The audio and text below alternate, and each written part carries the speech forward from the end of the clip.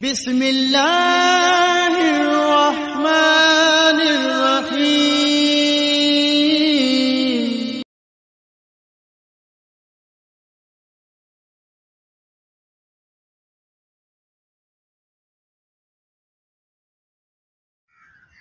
अस्सलाम वालेकुम, मैं हूं साबिर हुसैन और आप देख रहे हैं मेरा यूट्यूब चैनल धरतीवास।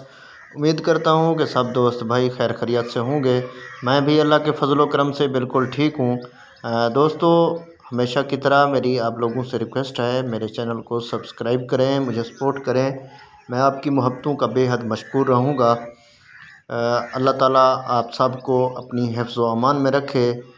जहाँ रहें खुश रहें, आबाद रहें, शाद रहें। अल्लाह ताला आपके माल रिज़्क़ में बरकत अता करे। अल्लाह ताला आपको ढेरों खुशियाँ नसीब करे।